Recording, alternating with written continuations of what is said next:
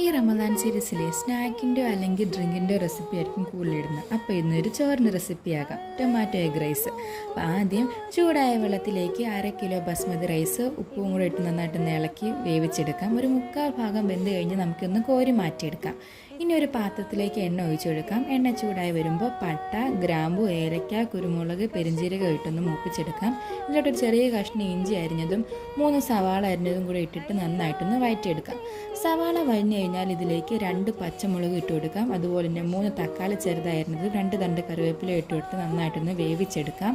തക്കാളിയൊക്കെ നല്ല ഉടഞ്ഞു വന്നതിന് ശേഷം ഇതിലേക്ക് 3 കോഴിമുട്ട പൊട്ടിച്ചൊഴിക്കാം. ഇതിലേക്ക് ആവശ്യത്തിനുള്ള കുരുമുളക് പൊടിയും ഉപ്പും ലേശം മഞ്ഞൾ പൊടിയും കൂടി ഒഴിച്ചതിന് ശേഷം നന്നായിട്ടൊന്ന് ഉടച്ചെടുക്കണം. എന്നിട്ട് ഈ ഒരു തക്കാളി മിക്സായിട്ട് നന്നായിട്ടൊന്ന് മിക്സ് ചെയ്തെടുക്കാം.